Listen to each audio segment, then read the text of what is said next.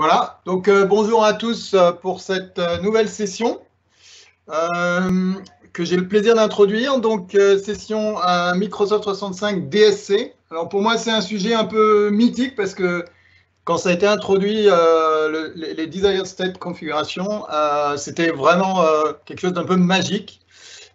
Donc j'ai toujours trouvé l'idée très intéressante. Donc, je suis ravi d'introduire cette session par Nick Charlebois, qui est maintenant, depuis 4 ans, chez Microsoft, Senior Premier Field Engineer. Voilà, Nick, et merci pour ta participation en tant que speaker. Merci, Patrick. Donc, première chose, avant tout, vous avez probablement vu ce slide-là à plusieurs reprises. La conférence SharePoint Conference change de nom, va maintenant devenir la Microsoft 365 Collaboration Conference. Donc, la prochaine instance en personne, on l'espère, va être le 23 et 25 mars prochain. Un gros merci à tous nos commanditaires pour pouvoir justement commanditer l'événement qui nous permet de faire ça et de rejoindre le plus de gens possible. Vous avez aussi sûrement entendu parler du tirage au sort, donc vous pouvez visiter les stands des partenaires et répondre à des questions. Si vous avez 5 questions bien répondues, vous êtes éligible pour un tirage à la fin pour des Oculus. Donc, comme Patrick mentionnait, je suis un Senior Premier Field Engineer, donc un PFE, chez Microsoft depuis maintenant 4 ans. J'étais un MVP avant de joindre Microsoft pour quelques années. Je suis basé à Gatineau, au Québec, donc mon accent français est un peu différent. La majorité des choses qu'on va discuter aujourd'hui, vous allez pouvoir retrouver des articles sur mon blog. Donc, si vous allez sur nickcharlebois.com, vous allez pouvoir trouver beaucoup d'articles. Mon focus sur tout ce qui est automatisation, DevOps, PowerShell, Desired State Configuration. Donc, tout est vraiment documenté sous forme d'articles de blog. Et je suis présentement le gestionnaire de produits pour plusieurs produits, mais principalement pour l'outil Microsoft 365 DSC, qui est le focus de la session aujourd'hui. Donc, encore une fois, juste rappeler, DSC veut dire Desired State Configuration. Donc, c'est quelque chose qui est disponible avec PowerShell depuis la version 4 de PowerShell, donc depuis 2014 environ. C'est quelque chose qui est rendu mature et l'outil qu'on a, nous, prend avantage de cette technologie-là qui est bâtie dans PowerShell pour automatiser tout ce qui est Microsoft 365. Donc, on va commencer. Qu'est-ce qui est Microsoft 365 DSC? En gros, c'est vraiment, là, on appelle ça le elevator pitch, donc le sommaire de ce que l'outil fait, mais l'outil vraiment focus sur 6 piliers. Le premier est vraiment l'automatisation, donc la possibilité d'aller et d'automatiser la configuration d'un environnement Microsoft 365. Donc, par environnement Microsoft 365, on parle ici de ce qui est Azure AD, on parle de Office, un groupe présentement qui est en train de travailler sur Intune. Donc, vraiment, là, on parle là, de le parapluie de charge de travail là, de l'ensemble de Microsoft 365. La deuxième chose, on permet de faire une extraction, donc d'exporter la configuration d'un environnement existant en PowerShell DSC. Donc, on peut pointer l'outil sur un environnement existant et automatiquement, on va extraire la configuration de cet environnement-là. Puisqu'on est capable d'automatiser et d'exporter, on peut assurer la synchronisation de plusieurs environnements. Donc, au niveau de la configuration, on peut s'assurer si, par exemple, mon organisation a 4 ou 5 différents tenants, je peux m'assurer que les environnements sont gardés en synchronisation au niveau de la configuration. L'outil permet de faire l'analyse. Donc, on va couvrir ça. C'est probablement un des piliers les plus importants de l'outil. L'analyse contre des best practices, l'analyse contre d'autres tenants, donc comparer différents tenants, voir où est-ce que les différences de configuration sont. On permet de faire la surveillance. C'est quelque chose, ça, ici, qui est fait vraiment là, out of the box. Donc, ce n'est pas quelque chose que l'outil implémente. C'est là qu'on prend si vous voulez, on bâtit sur le pouvoir de PowerShell Desired State Configuration pour s'assurer de toujours faire la surveillance pour voir s'il y a eu ce qu'on appelle des dérapages de configuration, donc des drifts. Donc, si la configuration a changé par rapport à ce qu'on avait déterminé qui devait être la configuration désirée. Puis le dernier, c'est vraiment le pilier là, de rapport, donc de générer des rapports sur la configuration pour nos utilisateurs. L'outil est 100% open source, donc tout est gratuit, tout est sur GitHub. On a des contributeurs présentement de la communauté. On a beaucoup de MVP qui sont actifs. On a plusieurs ingénieurs à l'interne de Microsoft. Donc, mon équipe, présentement, on a des ingénieurs partout dans le monde. On a des consultants de Microsoft. On a des gens de l'équipe de produits qui nous aident aussi. L'outil est géré par la communauté, mais est vraiment, les gens de Microsoft sont derrière l'outil, un peu similaire, si on veut, à ce qui est de PNP, par exemple. Donc, au niveau de l'aide, présentement, on recherche toujours des gens pour pouvoir faire des tests lorsqu'on a des nouvelles versions, pour tester des nouveaux features. On cherche des gens qui sont intéressés à contribuer. Vraiment, tout ce qu'on a besoin, c'est de l'expertise PowerShell. En dessous de la couverture, c'est vraiment que du PowerShell. Donc, si vous êtes intéressé, définitivement, me contacter. Vous avez mon Twitter handle en bas à droite qui est @NickCharlebois. On va être plus que ravis de prendre du temps pour faire un appel avec vous et vous expliquer comment faire pour débuter là, à contribuer. Et on est toujours ouvert pour les suggestions, idées, commentaires. On a un User Voice qui est le User Voice pour tout ce qui est la communauté. Donc, si vous faites une recherche pour Microsoft 365 User Voice, vous allez pouvoir trouver cela. Au niveau du site web, on a un site web officiel qui est Microsoft365dsc.com. Vous pouvez l'accéder avec le lien là, qui est en bas, donc aka.ms/M365dsc. Là-dessus, il va y avoir toute l'information par rapport à comment débuter, comment installer le module, comment écrire sa première configuration, comment faire pour faire une extraction de configuration. Donc, tout est là. Et il y a aussi le repo sur GitHub que vous pouvez accéder là, sur GitHub /Microsoft/Microsoft365 DSC. Donc, le premier pilier, l'automatisation. Pour ceux qui ne sont pas familiers avec qu'est-ce que PowerShell Desired State Configuration est, PowerShell DSC est une approche déclarative de la configuration. Donc, si on veut, par exemple, prendre, je vais avancer à l'autre slide, donc mettre en comparaison avec l'approche traditionnelle. Donc, l'approche traditionnelle, qui est ce qu'on appelle l'approche impérative, va définir comment faire pour apporter l'environnement dans la configuration désirée. Tandis que PowerShell DSC, qui est la façon déclarative, donc celle en haut sur cette slide, c'est vraiment le quoi. C'est ce que je veux. Je m'en fous comment tu fais pour m'apporter dans cet état-là, mais voici ce que je veux. Donc, en dessous de la couverture, fais ce qui est nécessaire pour m'assurer de finir dans cet état ou dans cette configuration-ci. Tandis que l'approche impérative, c'est voici les étapes que tu dois suivre pour t'amener dans cet état-là. Si on regarde l'approche déclarative, présentement, ce bloc-là, ce qu'il représente, c'est une collection de sites de SharePoint Online. Donc, présentement, je déclare le titre, je déclare le URL, le propriétaire et les templates. Si je regarde l'approche impérative, maintenant, je lui dis, OK, crée-moi un nouveau site. Donc, si je prends l'approche impérative et je roule cette commande-là, le New SPO Site, dont on est tous familiers, je le roule une fois, ça va créer le site. Je le roule une deuxième fois, ça va donner une erreur. L'erreur va dire le site existe déjà. Donc, si je veux faire une modification, maintenant, je dois appeler le set SPO Site. Si je veux l'enlever, je dois appeler le remove SPO Site. Tandis que dans l'approche déclarative, je vais juste écrire ce que je veux. Si jamais je veux changer, par exemple, si j'avais le quota défini là, puis je veux mettre à jour le quota, tout ce que j'ai à faire, c'est juste changer la valeur là, puis redéployer. Ça implémente un concept de ce qu'on appelle l'indépotence au niveau de DSC. Donc, je peux rouler ça aussi souvent que je veux et je vais toujours finir dans le même état. Pour les questions dans la réunion, ce que je vais faire, j'ai des démos qui sont un petit peu plus longues à rouler. Pendant ce temps-là, je vais regarder les questions qui sont posées, mais faites sûr de poser les questions dans le groupe de discussion. Au niveau de l'automatisation, donc le premier pilier, comme on parlait, ça vous permet d'écrire votre configuration comme du code. Microsoft 365 DSC, là, si on regarde vraiment l'étendue de ce que DevOps est, ça tombe dans la catégorie de Configuration as Code. Donc, tu écris ta configuration. Tu écris ta configuration pour toutes les charges de travail. Par la suite, tu fais simplement rouler la configuration. Ça va aller configurer tous les composants de Microsoft 365. Les composants qu'on supporte présentement, c'est Security and Compliance Center, SharePoint Online, OneDrive, Power Platform, Azure AD, Exchange Online, Office 365, donc les utilisateurs, les licences directement, Teams. Comme je mentionnais, on a une équipe présentement au Japon, qui est une équipe à l'interne de Microsoft qui est en train de travailler sur les ressources pour Intune. On a Planner qui s'en vient aussi. Donc, on est vraiment là, en train de... L'outil est stable, l'outil est déployé. Donc, ces workloads-là sont complets, mais on est toujours en train d'essayer d'ajouter des fonctionnalités là, à l'outil.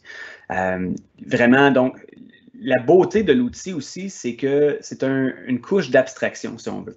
Si vous êtes un administrateur Microsoft 365, peu importe ce que ça veut dire plusieurs choses, mais si vous devez gérer toutes les charges de travail présentement, vous avez besoin de plusieurs outils. Pour SharePoint, vous avez besoin du SharePoint Online Management Shell ou de SharePoint PNP. Donc, vous allez avoir besoin de ces modules-là installés. Pour Teams, vous avez besoin du module PowerShell Microsoft Teams pour tout ce qui est les Teams comme tels, les channels pour les utilisateurs. Mais pour tout ce qui est rapport aux politiques ou à la voix, vous avez besoin d'aller installer le module pour Skype for Business.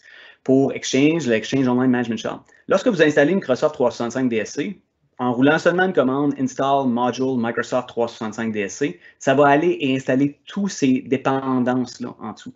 Donc, vraiment, c'est une couche d'abstraction par-dessus. Donc, tu écris ta configuration. Dans la même configuration, je peux avoir quelque chose qui va définir une politique dans Security and Compliance Center. Je peux avoir quelque chose qui va définir une politique dans Teams, tout dans la même configuration. Puis, en appliquant ça, l'outil en arrière-plan va aller décider, OK, ça c'est du Security and Compliance, on va appeler dans le Exchange Online Shell. Celui-ci, Teams, on va aller appeler dans le Skype for Business. Donc vraiment, ça permet là, de seulement se concentrer sur la configuration. La beauté de ça aussi, c'est si les API changent en arrière-plan, votre configuration n'a pas besoin de changer. C'est l'outil, nous, tu vas avoir une nouvelle version, mais la configuration reste la même, puis il va simplement aller pointer vers des endpoints différents. Super important, l'outil Microsoft 365 DSC est là pour gérer la configuration. On gère un peu de structure. Par structure, je veux dire, par exemple, les Teams, les collections de sites, ces choses-là. Des choses qui ne sont pas nécessairement des configurations, mais qui ne sont pas du contenu non plus. On permet de gérer ça. On ne gère pas les données présentement. Il n'y a rien pour dire comme quoi que l'outil ne peut pas être augmenté pour gérer les données si nécessaire. Donc, par exemple, dans le cas de Planner, probablement que les ressources qui vont sortir très bientôt vont gérer un petit peu du contenu, si on veut. Mais l'idée est vraiment pour la configuration. Présentement, on n'a pas de support pour PowerShell Core. La raison est simple, c'est parce que les dépendances dont je vous parlais tout à l'heure ne supportent pas PowerShell Core. Donc, par exemple, le SharePoint PNP présentement roule sur PowerShell Desktop. Donc, on ne peut pas aller échanger l'outil qui est assis sur ces dépendances-là pour le mettre à Core si les dépendances ne le supportent pas. On est en contact avec les différentes équipes de produits pour s'assurer d'être sur le roadmap et dès qu'eux vont pouvoir commencer à convertir certains composants, on va s'assurer de pouvoir faire le changement pour ça. Là. Donc, on va s'assurer de pouvoir faire la conversion vers PowerShell Core. Okay. On va faire un démo rapide. Donc, le premier démo que j'ai pour vous, c'est vraiment une configuration très simple qui définit trois choses. Qui définit un label de sensibilité au niveau de Security and Compliance, qui définit les configurations de partage dans SharePoint Online. Donc, si je regarde ici, je dis par exemple que le Default Sharing Link Type, c'est seulement pour les utilisateurs internes. Je ferme, je mets à force donc la possibilité d'accélérer les guest sign-in. Donc, je fais juste définir vraiment qu'est-ce que ma configuration doit être. Ici, je définis une politique d'appel pour Teams. Donc, je dis que, par exemple, la délégation est acceptée, la possibilité de faire suivre à un utilisateur est acceptée, etc. Donc, simplement, en roulant cette configuration-ci, ce qui va se passer, aller et configurer mon environnement pour qu'il s'apporte dans cette configuration-là. Là, tout au long des démos, on va utiliser deux environnements. Le premier environnement va être mon environnement source. Mon deuxième va être mon environnement, ce qu'on appelle target. Okay? La façon qu'on va savoir sur quel environnement est-ce qu'on est, ça va être en regardant, si vous regardez ici en haut à droite, lorsqu'il y a un S, c'est vraiment l'environnement source. Lorsqu'il va y avoir un T, c'est l'autre environnement. Donc, il y a deux tenants complètement séparés là, pour les démos qu'on va faire.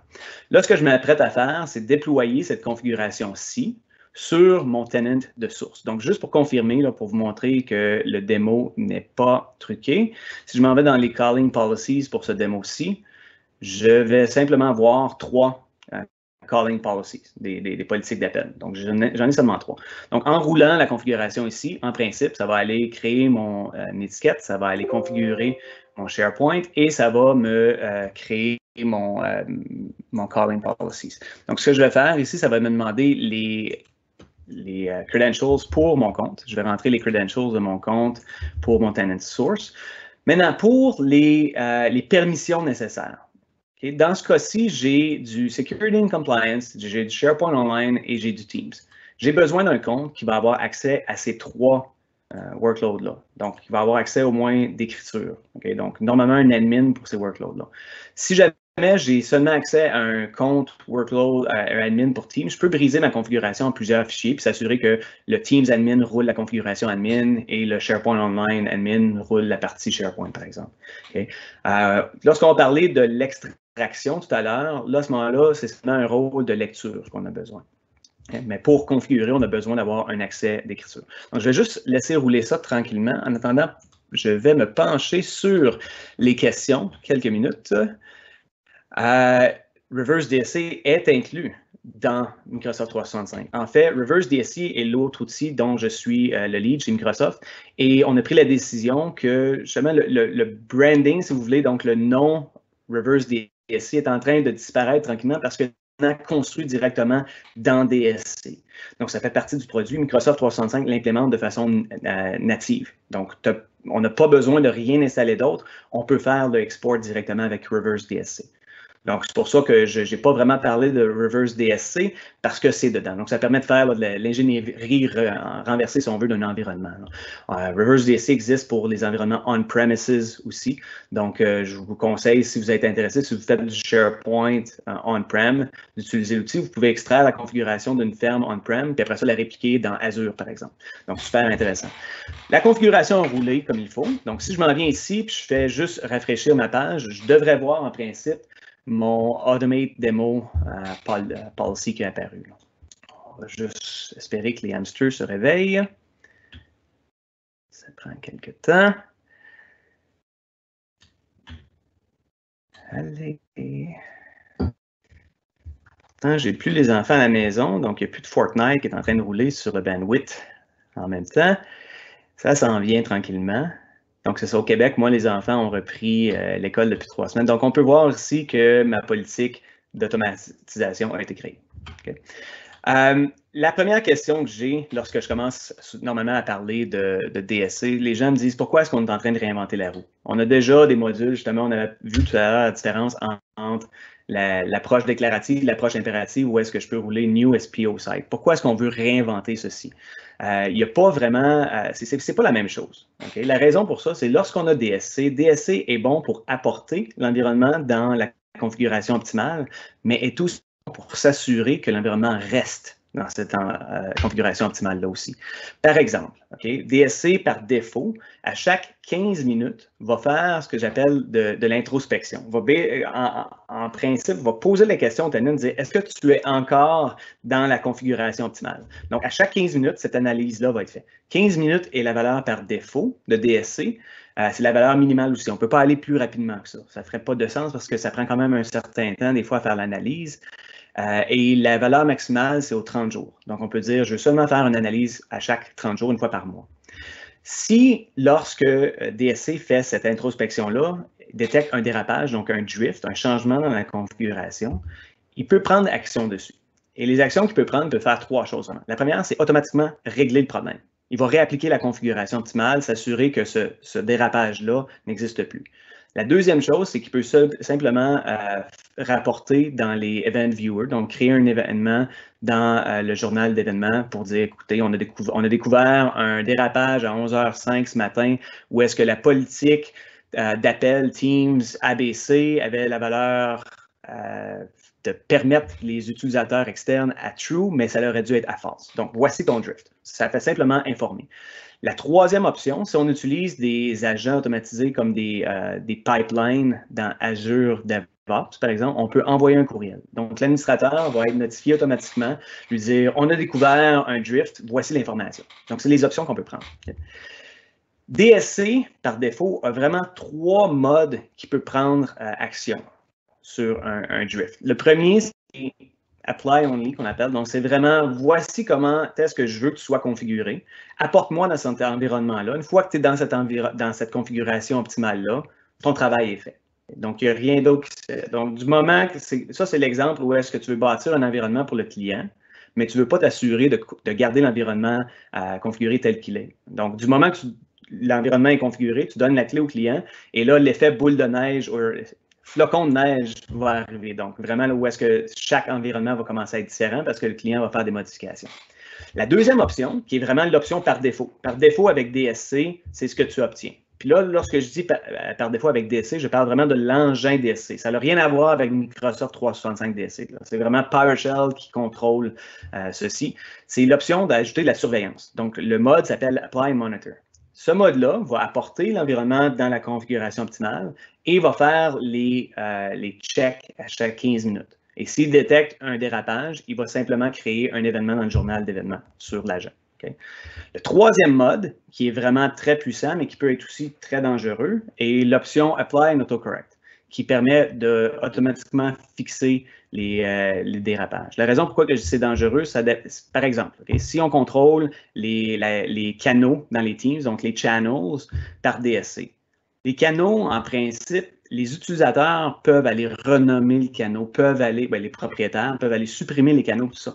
Donc, si tu définis toute ton information, ta structure d'information de Teams avec DSC et que tu mets ça en Apply and Autocorrect, si les utilisateurs viennent et décident de faire un ménage de printemps, à un moment donné, de supprimer des channels qui n'ont jamais été utilisés, en dedans de 15 minutes, ces channels-là vont être créés.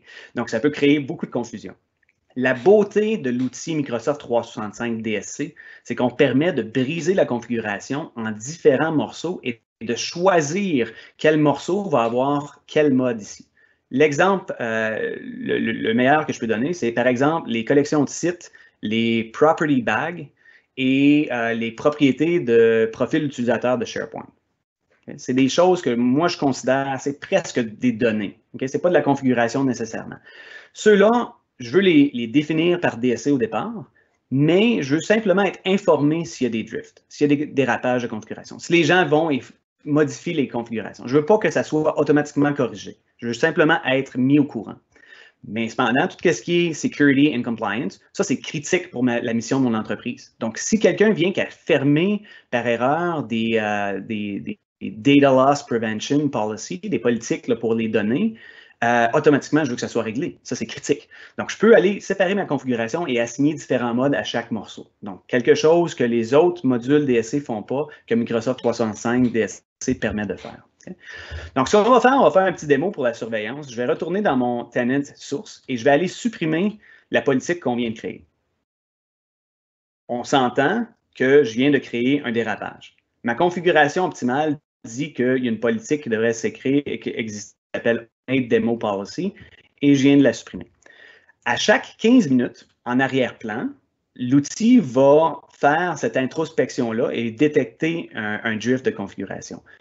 Je ne suis vraiment pas une personne patiente, donc ce que je vais faire, moi, je vais forcer cette chose-là à rouler. En arrière-plan, la commande qui est roulée, ça s'appelle Test DSC Configuration. On n'a pas besoin de connaître ça. Mais ce que je vais faire, je vais forcer l'analyse. Donc, c'est comme s'il y a 15 minutes qui venaient de se passer et là, l'analyse est en train de se faire en arrière-plan. On n'a pas besoin de rien rouler normalement. C'est vraiment l'outil DSC qui automatiquement va faire ce consistency check-là qu'on appelle. Là, ce qu'il va analyser, il va aller voir, il va dire, OK, est-ce que l'environnement à l'autre bout, donc mon tenant Microsoft 365, est encore en ligne avec les configurations que je vais passer. Donc, on s'attend à recevoir false au niveau de la ligne 2, donc ça devrait retourner false et ça devrait me dire quel composant n'est pas dans l'état désiré, qui dans ce cas-ci devrait être mon appel, ma politique d'appel pour Teams. Là. Donc, on va juste laisser ça rouler quelques secondes. Puis, dans mon cas ici, ma machine est configurée là, par défaut à Apply and Monitor. Donc, si le dérapage est détecté, il ne va pas essayer d'aller et le corriger. Il va simplement juste rentrer une entrée dans le journal d'événements. On va juste laisser rouler. C'est un petit peu plus long ce matin.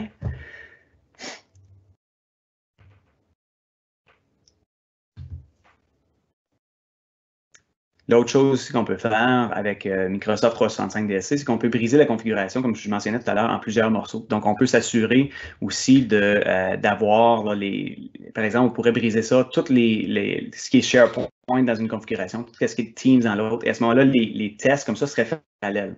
Donc, ça pourrait beaucoup améliorer la performance. Là. Donc, ce qu'on voit ici, ça me retourné false. Donc, l'environnement n'est pas dans son état désiré. Et la raison pour ça, c'est que mon Teams Calling Policy, Automate Demo Policy n'existe pas. Donc, c'est vraiment en arrière-plan là, ce que DSC a détecté.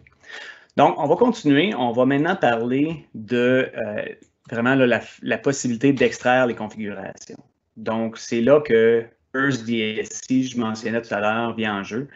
Ce qu'on peut faire avec l'outil, on peut le pointer sur n'importe quel environnement existant et extraire la configuration, okay, avec ce qu'on appelle Full Fidelity. Donc, c'est vraiment, c'est prendre quasiment un snapshot de ce que la configuration est et d'obtenir ça.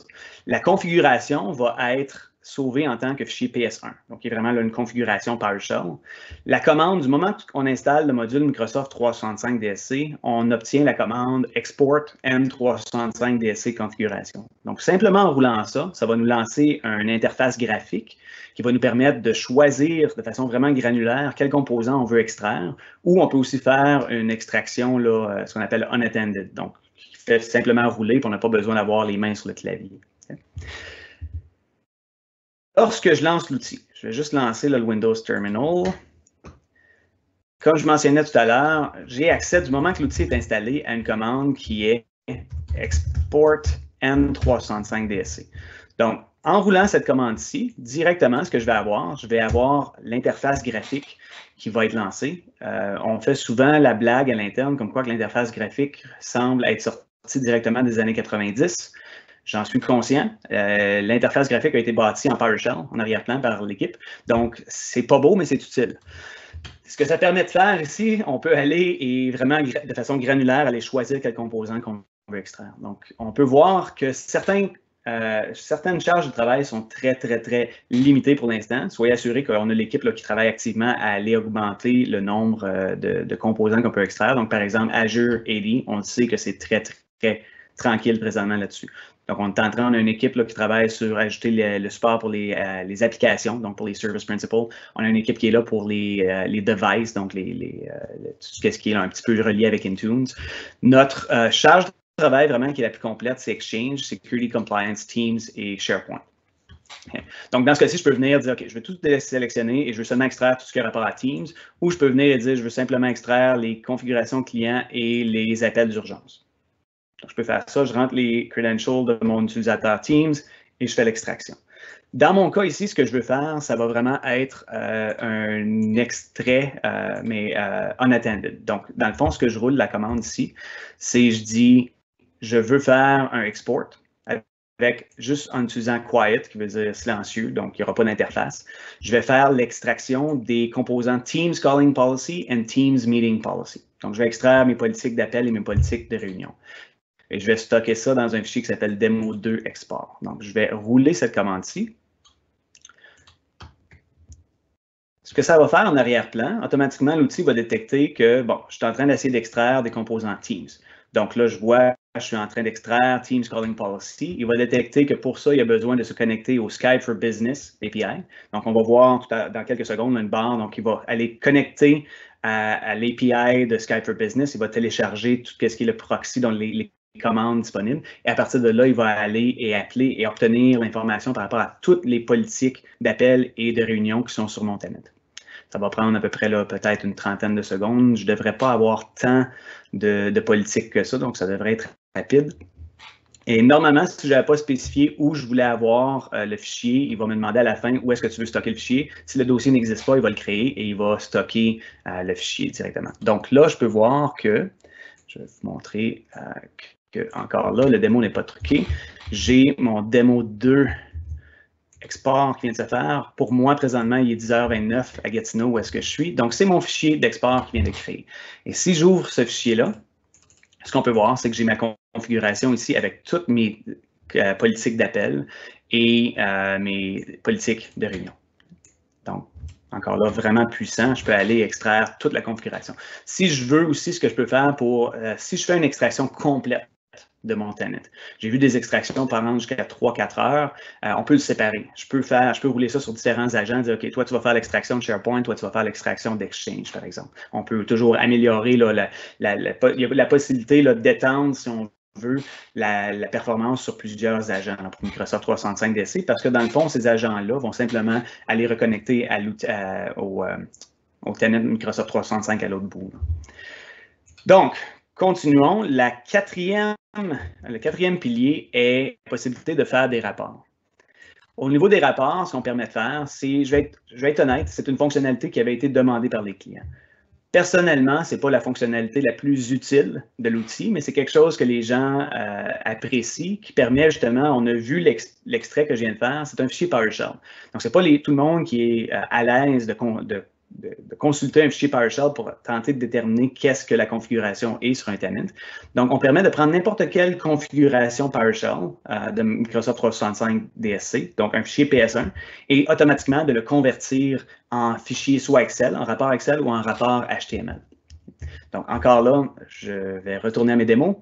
Ce que j'ai fait là, donc, je vais prendre mon export que je viens juste de faire, mon fichier là, que j'ai extrait, je vais le convertir en un rapport HTML pour commencer. Donc, directement, il va aller et il vient de me créer mon rapport ici. Donc, ce que ça m'offre, c'est une vue vraiment HTML avec toutes mes politiques. Donc, je peux voir ici que c'est ma politique globale, que busy on busy enable type est à disable. Donc, c'est un petit peu plus ce qu'on appelle eye candy pour les rapports. Là. Mais moi, j'appelle ça quand même mettre du rouge à lèvres à un cochon. Donc, là, au niveau des rapports, le deuxième rapport qu'on permet de faire aussi, celui-là, c'est quelque chose qui est un peu plus populaire, je vais vous avouer, parce que là, après ça, les gens peuvent utiliser faire là, des pivot tables, ces choses-là. Donc, ça nécessite d'avoir Excel, d'installer sur la machine. Et ce que ça va faire très semblable à ce qu'on vient d'avoir là. Ça va exporter toutes les données dans un chiffrier Excel. La colonne, dans la rangée qui est surlignée en vert, c'est la clé principale. Donc, c'est la façon d'identifier l'instance de la politique. Donc, dans ce cas-ci, c'est ma politique allow calling, ma politique globale, ma politique disallow calling. Okay? Donc, ça me crée mon fichier Excel directement. Donc, rapport est la quatrième fonctionnalité. La cinquième fonctionnalité, c'est la fonctionnalité de synchronisation. Un exemple, donc, par exemple, j'ai un tenant, appelons-le tenant A dans ce cas-ci, et j'ai un tenant B qui est un nouveau tenant que je viens de créer. Donc, un tenant de démo, par exemple. Prenons l'exemple où est-ce que tu as ta production, puis ce que tu veux faire, tu veux juste créer une copie de ton production pour un démo, pour un client ou quelque chose. Donc, je peux prendre l'outil, le pointer sur Tenant A, faire l'extraction de cette configuration-là. À partir de là, j'ai la possibilité d'automatiser. Donc, je prends cette configuration-là, puis j'automatise mon deuxième tenant, je copie la configuration, puis j'ai deux tenants qui sont configurés exactement de la même façon. Un exemple concret qui n'était pas nécessairement un scénario lequel on avait supporté, au niveau du Canada, on avait une agence gouvernementale qui avait déployé Teams dans une instance des États-Unis. Puis, il avait commencé à utiliser ça au mois de mars, sans réaliser qu'en 2018, lorsqu'ils avaient activé Teams, c'était dans un centre de données des États-Unis. Donc, eux, ce qu'ils ont fait, ils ont utilisé l'outil pour extraire tout ce qui était les Teams, Channel, Users. On avait un processus séparé pour les conversations. On a exporté les conversations en fichier texte, mais ils ont pris l'outil, ils ont extrait ça. Du moment que l'extraction avait été terminée, du côté de l'équipe de produit, ils ont fermé l'instance dans les centres de données des États-Unis. Ils en ont créé une nouvelle complètement dans le centre de données canadien et on a simplement réappliqué ça. Tous les teams ont été recréés, tous les channels, tous les users. Puis on a pris les conversations qu'on avait extraites en texte et on les a simplement téléversées dans les sites SharePoint pour permettre au moins de faire une recherche sur les conversations. Donc, plusieurs scénarios qu'on peut faire. Bon, c'est quand même quelque chose qui est très intéressant. Au niveau de la synchronisation, ce que je vais faire, le troisième, je vais faire le cinquième exemple, je vais faire une synchronisation vers mon environnement Target. Donc, vous vous souvenez au début, j'avais dit que j'avais deux environnements, j'avais Source et j'avais Target. Au niveau des questions qui viennent d'apparaître, si Microsoft 365 DSC fonctionne avec PowerShell 7, pas maintenant. Au niveau de DSC, PowerShell 7, on n'a pas encore... c'est un peu technique, mais à l'interne, il n'y a pas toutes les fonctionnalités de DSC là, qui sont rendues 100% dans PowerShell 7. Ça va être supporté, tout à fait, parce qu'on n'a pas le choix, on s'en va vers ça. Moi, ma vision, là, honnêtement, c'est que tu peux rentrer dans ton portail Azure, lancer le Cloud Shell, puis rouler directement là. Donc, je veux que ça soit sur PowerShell Core. On est impliqué, comme je disais, avec toutes les équipes de produits pour que cette vision-là se réalise, pouvoir rouler ça sur des containers Linux, même si on veut. Donc, c'est vraiment vers ça qu'on s'en va. Une des choses qu'on est en train d'utiliser aussi, c'est beaucoup le Graph API, le SDK de PowerShell en dessous de la couverture. Donc, là, présentement, éventuellement aussi, la vision est qu'on n'aura plus tous ces morceaux-là en dessous. Là. Donc, on n'aura plus le Exchange Online Management Shell, on n'aura plus le SharePoint Online Management Shell, on va avoir le graphe qui va être en dessous et DSC va simplement appeler les API du graphe. Mais ça, c'est la vision. Encore là, il y a plusieurs étapes à prendre avant d'être rendu là, mais présentement, pour répondre à la question, non, PowerShell 7 n'est pas prise en charge, malheureusement, à mon détriment. Donc, présentement, ce que je vais faire, j'ai donc mon démo 2. Si on se souvient, est-ce que je l'ai encore d'ouvert? Je vais juste le réouvrir, là, ma configuration. Donc, mon démo 2, c'est l'extrait que je viens de faire là, il n'y a pas longtemps. Et là-dedans, j'avais des Teams Meeting Policy. Je vais essayer de les trouver. Qui s'appelait Kiosque. J'avais 2 politiques. Voici. Donc, Nick Demo Policy 2. Ici. Okay. Des politiques custom que j'avais sur mon tenant de source. Donc, si je m'en vais là ici et je fais Meetings Policy, je peux voir que ce tenant-ci a Demo Policy 1, Demo Policy 2. Mon target, donc mon environnement de destination, les a. Okay? C'est un nouveau tenant que j'ai créé hier. C'est un tenant de démo qui n'a pas ces politiques-là. Là, ce que je veux faire, vu que j'ai fait l'extraction du tenant de source, je veux simplement répliquer cette configuration-là sur mon environnement de target. Donc, avoir les 2 environnements configurés de la même façon exactement. Donc, si je m'en vais dans Meetings Policy, encore là, vous montrer que ce n'est pas truqué. Je n'ai pas les Demo Policy ici. Donc, simplement, ce que je vais faire, je vais prendre l'extrait que j'avais. Je vais lui envoyer les credentials, si vous voulez, de mon autre tenant, de mon tenant de destination. Puis je vais lui dire « Applique la configuration ». Donc, en roulant ceci, automatiquement, ce qui va être en train de se passer, c'est que l'extrait que j'ai fait de mon tenant source va être en train de se répliquer de l'autre côté sur mon tenant de destination. Un autre exemple qu'on a, on a des clients qui ont des centaines de tenants et ce qu'ils veulent faire, c'est garder vraiment la couche de Security and Compliance synchronisée à travers tous les tenants. Donc, ils utilisent l'outil et ils vont faire des modifications. Des fois, ce qu'ils appellent leur image golden, leur bonne image, ils vont faire les modifications là. Ils vont faire des extraits mensuels, puis ils vont juste aller s'assurer que tous les autres tenants soient synchronisés, mais juste au niveau de Security and Compliance. Donc, ça va prendre quelques secondes. Par la suite, lorsque tout ça va être terminé, on va avoir là, la configuration qui va avoir été répliquée sur mon environnement de destination. Donc, synchronisation, encore là, un des gros avantages, si on veut, de l'outil. C'est un peu ce qu'on faisait avec Reverse DSC pour le on-prem. Donc, je parlais tout à l'heure qu'on a Reverse DSC pour SharePoint on-prem qui supporte 2013, 2016 et 2019. On peut aller extraire une ferme 2013, par exemple, avoir la configuration là. Je reconstruis les serveurs, ça n'ira pas reconstruire les serveurs pour vous, mais je reconstruis les serveurs et à partir de l'outil, je peux déployer ça en 2019. Donc, c'est un démo que je fais souvent dans les conférences. J'extrais un 2013 et je le réplique avec la configuration en 2019. C'est certain qu'il y a des choses comme au niveau de 2013, il y a le work management qui n'existe plus en 2019. Donc, il y a certaines modifications manuelles qui peuvent être faites, mais en principe, ça se fait très bien au niveau de la synchronisation. Donc, si je fais juste je rafraîchis la page, donc je suis sur mon target, on peut voir le T ici, et je vois que mes politiques ont été recréées. Donc, mes 2 tenants sont configurés exactement de la même façon au niveau des politiques d'appel et des politiques de réunion. Dernier pilier, mais probablement un des plus, on va dire incroyables ou qui ouvre le plus de possibilités, c'est au niveau de l'analyse. La première chose que je veux discuter avec vous, et là, je n'avais pas la traduction parfaite du terme blueprint, c'est vraiment des blueprints que ça s'appelle, donc c'est des plans, si on veut. Un blueprint pour Microsoft 365 DSC est une configuration qui a été revue et qui a été approuvée. Un exemple concret de ça, on travaille présentement avec l'équipe d'éducation. Aux États-Unis, ils ont le concept ils appellent ça K12. Donc, c'est toutes les écoles primaires.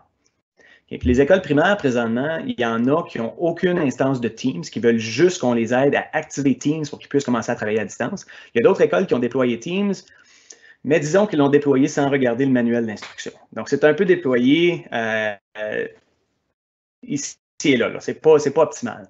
Donc, ce qu'ils veulent savoir, c'est premièrement les écoles qui ne l'ont pas, ils veulent juste créer notre configuration. Comme allez-y et déployer cette configuration-là minimale pour qu'on puisse commencer. Ceux qui l'ont déjà veulent dire, OK, est-ce que vous pouvez faire une analyse, voir où est-ce qu'on n'a pas suivi les bonnes pratiques?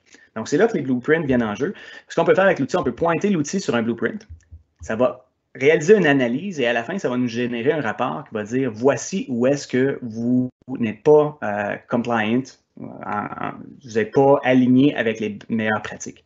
Sur le site web, si on va sur Microsoft 365 DSC, en haut, on a une section qui s'appelle Blueprints. Dans Blueprints, présentement, c'est encore là très, très tranquille, mais on a un baseline configuration pour Teams et pour SharePoint Online. Ce qu'on a ici, c'est vraiment lorsque tu déploies un nouveau tenant, voici ce que tu vas avoir par défaut comme configuration. Là, ce que je veux faire, j'ai un démo où est-ce qu'on a ce blueprint-là pour les écoles K-12. Okay? Je vais juste vous le montrer rapidement ce que ce rapport-là ressemble. On va juste aller, j'aurais dû préparer ça, je m'excuse. Je vais aller chercher ça dans mes démos. Donc, au niveau des démos, tout va être sur GitHub aussi. Donc, toutes mes slide decks, tous mes démos que j'ai fait aujourd'hui, je mets tout ça sur GitHub. Donc, je vous donnerai le lien à la fin, là, mais ça va être disponible là, pour tout le monde. Donc, ce fichier-là ici, qui est 12, est vraiment là, la configuration de base pour une école aux États-Unis, primaire. Donc, on a défini, voici ce que ça devrait être là, par défaut, au minimum. Donc, ce qu'on peut faire, ce que je vais faire vraiment une analyse de mon tenant. C'est lequel est-ce que je vais analyser? Ça va être ma source. Je vais analyser ma source contre ce blueprint-là. Donc, simplement en roulant la commande assert m365 DSC template, je vais pouvoir faire cette analyse-là. Donc, je vais aller chercher mes credentials pour mon tenant de source. Ça va me prendre 30 secondes. Ça va me demander les credentials et dépendamment de quel credential est-ce que je rentre, c'est à partir de là qu'il va savoir quel tenant faire l'analyse contre. Donc, je vais rouler ça. Ça va prendre à peu près, je dirais peut-être 2 minutes à compléter. Par la suite, qu'est-ce qui vient de passer là? Consistency check. Ouais, ça, c'est mon erreur. Je vais juste fermer parce que là, présentement, mon outil est en train de rouler depuis tantôt. Parfait. Je vais juste fermer ça. Parfait. On est prêt à y aller. On va recommencer ça. Donc, je roule cette configuration-là. Ça va me demander mes credentials. Je rentre mes credentials pour mon tenant de source. Et l'analyse va commencer. Donc, ce qui va se passer à ce moment-ci, il va prendre cette configuration-là, il va faire une comparaison, si vous voulez. Il va aller faire quasiment un export de mon tenant. Il va obtenir le fichier, il va comparer avec le blueprint. Sur le site directement, ce qu'on permet de faire, si vous retournez ici, on vous permet de télécharger les blueprints qu'on a. Donc, les blueprints vont être en format .m365, mais en principe, là, si je télécharge puis je montre, c'est vraiment juste un fichier PowerShell avec une configuration dedans. Ou ce qu'on peut faire aussi, directement, on vous donne la commande d'utiliser assert m365 template. Puis si on passe le nom d'un template, automatiquement, il va aller se connecter au site de Microsoft 365 DSC, télécharger ce blueprint-là et faire l'analyse dans la mémoire directement. Donc, juste en roulant cette commande-là à partir de PowerShell, directement, ça va aller télécharger ce blueprint-là et faire l'analyse. Donc, on peut voir ici que mon fichier, c'est vraiment là, une configuration PowerShell à l'interne, même si l'extension est .m365. On est en train de travailler avec l'industrie pour essayer de mettre ça open source, des blueprints pour les industries. Donc, un blueprint pour l'industrie de la santé, pour l'industrie de l'éducation. Puis laisser les gens aller sur GitHub et contribuer à ça. Moi, ma vision est qu'il n'y a pas personne qui connaît mieux l'industrie que l'industrie elle-même.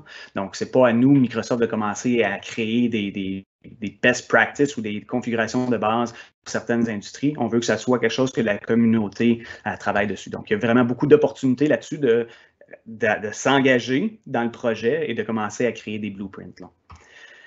Là, pendant que ça roule, bon, voici ces revenus, ça me dit, OK, voici tous les composants qui ne sont pas dans la configuration désirée et je pourrais vous montrer le rapport par la suite. Par défaut, tous les environnements qui roulent Microsoft 365 DSC vont avoir un journal d'événements qui est créé, Microsoft 365 DSC.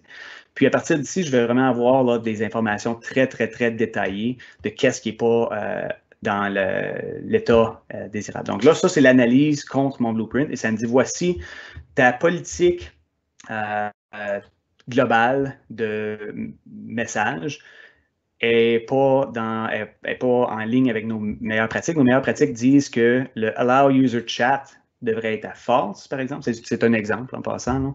Ce n'est pas la vraie K-12 blueprint et présentement, il est mis à true. Donc, on peut voir exactement où est-ce que les différences sont. La deuxième chose qu'on peut faire au niveau de l'analyse, c'est de faire l'analyse entre deux tenants. Donc, je vais faire la comparaison. Donc, j'ai mes deux tenants, A et B, puis je veux voir c'est quoi la différence de configuration. Donc, je fais l'extraction de mes configurations des deux tenants, et en utilisant l'outil, je peux faire une comparaison qui va me générer un rapport de différence. Très utile dans le cas où est-ce qu'on fait une acquisition ou une fusion de deux compagnies. Donc, tu veux voir exactement où sont les différences, tu extrais les configurations, tu peux analyser, puis directement, tu vas avoir un rapport qui va te dire, bon, sur le tenant A, tu as cette configuration-là mis à true et à false sur l'autre. Et tu peux prendre des décisions à partir de là, te dire, bon, ben, ma configuration optimale, là, ça devrait être tenant B qui l'a pour cette setting-ci, mais pour cette setting-là, c'est tenant A, par exemple. Puis, la dernière chose vraiment qu'on peut faire, c'est comparer des exports dans le temps. Donc, j'ai beaucoup de clients présentement qui, eux, ont pris la discipline de faire des extraits mensuels de leur configuration. Donc, à chaque mois, le premier du mois, ils vont faire un extrait et ils vont stocker ça dans leur source control de leur côté. Donc, ils ont fait, par exemple, un extrait au mois d'avril, ils en font un autre au mois de mai, puis ils veulent savoir qu'est-ce qui a changé. Donc, ils vont faire la comparaison entre ces deux extraits-là dans le temps. Donc, c'est un autre scénario qu'on supporte qui est tout à fait valide. Ce que je vais faire, je vais vous montrer juste rapidement un extrait. Ce que j'ai fait l'extraction de mon tenant de source et de mon tenant de destination. J'ai fait un extrait là, complet. Là, on parle de tout. Donc, exchange, les politiques exchange, tout ce qui est security and compliance, tout ce qui est SharePoint Online, Teams. Donc, tout est extrait. J'ai fait la même chose pour mon tenant de destination. Là, ce que je veux faire, je veux générer la différence. J'ai fait mes deux exports, je veux voir où est-ce que la différence, elle est. Donc, ce que je vais faire, je vais simplement venir rouler ça ici.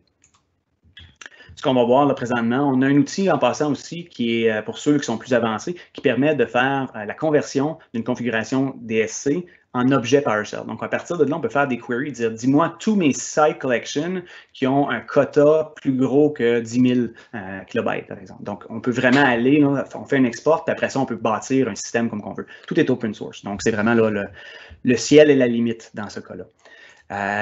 Donc, il reste juste à peu près 3 minutes. Ça devrait pas être bien long. Donc, ce que je veux vous montrer ici, c'est plutôt la section du bas là, qui est intéressante. La section du haut me dit que voici ce qui manque dans mon tenant de destination. Donc, par exemple, sur mon tenant de source, j'ai quelque chose, j'ai une étiquette de sensibilité. Si vous vous souvenez, c'était le premier démo en fait qu'on a fait. J'avais déployé cette Sensitivity Label-là, License Plate Info, sur ma source. Elle n'existe pas sur ma destination, qui est tout à fait normal. Au niveau des différences, ce que ça me dit ici, c'est que j'ai une différence de configuration entre ma source et ma destination pour les configurations OneDrive. Sur ma source, la propriété notification in OneDrive for Business Enable, elle est à true, mais elle est à false sur mon tenant de destination. Donc, générer vraiment un rapport rapide comme ça. Pour vraiment là, fermer la boucle là-dessus, une des choses que je veux essayer d'inculquer aux gens, c'est la possibilité d'utiliser tout ce qu'on vient de voir là pour moderniser les processus de développement là, et de configuration, de gestion de changement. Vraiment avec en suivant des processus de DevOps, donc l'intégration continue, le déploiement continu, donc CI/CD vraiment. Ici, j'ai un exemple où est-ce que j'ai brisé ma configuration d'un de mes tenants en 3. J'ai une configuration pour Exchange, j'ai une configuration pour SharePoint Online et j'ai une configuration pour Teams. L'idée est que, par exemple, je veux ajouter une nouvelle politique d'appel pour Teams. Donc, je fais simplement utiliser mon fichier qui devient ma source de vérité, si on veut. Donc, mes configurations sont maintenant toutes gérées par code et ce code-là est géré dans un source control, dans ce cas-ci, Azure DevOps. Donc, j'ajoute un autre qui va s'appeler French Session Demo, par exemple. Je vais sauver ça. Je vais lui dire, c'est quoi? Je veux que le private calling soit à false pour ça. Je sauve ça. Je vais simplement faire un commit, donc sauver mon changement vers Azure DevOps. Donc, je pousse mon changement vers le nuage. Je vais synchroniser le changement. Puis là, à partir de là, ce qui va se passer, j'ai mon environnement ici, je vais avoir ce qu'on appelle des pipelines. Puis j'ai des pipelines pour chacun de mes workloads. Donc, lui, ce qui va se passer, c'est du moment qu'il va détecter qu'il y a un changement pour le workload de Teams qui devrait être apparu, il va automatiquement aller et démarrer mon pipeline pour Teams. Et donc, juste en faisant un changement de code, en sauvant ce changement-là, là, j'ai un processus qui est en train de compiler ma configuration. Il y a des tests en arrière-plan, des tests pester qu'on appelle pour valider que ma configuration est valide. Si tout est valide, ça va lancer un autre pipeline qui va être une pipeline de déploiement maintenant pour Teams. Et à ce moment-là, ce qu'il va faire, il va aller pousser mon changement directement. Donc, à partir de Visual Studio Code, j'ai copié 10 lignes de code, j'ai sauvé ça, puis automatiquement, ça va se rendre dans mon environnement. C'est certain que peut-être qu'on ne veut pas que ça se rende jusqu'en production.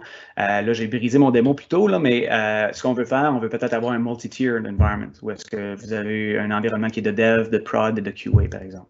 Donc, il y a moyen de faire ça. Donc, en espérant que ça a bouclé la boucle pour tout ce qui était là, la configuration. Et sur ce, je vais repasser à Patrick pour fermer la discussion. Merci Nick, super impressionnant, c'est magnifique ce qu'on peut faire.